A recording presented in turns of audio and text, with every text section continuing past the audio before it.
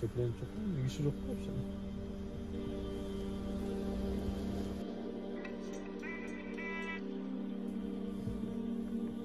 Alo ata. Жақсы. Жұмыштарла бош айтқам да. Мен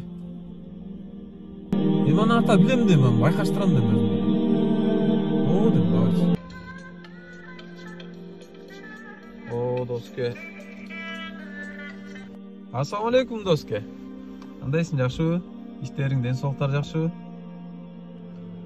О, бош эле, доске. Жұмыштарла клиенттер жоқ, жата отырған. Ағай, кечекі. Анан не дейт аны?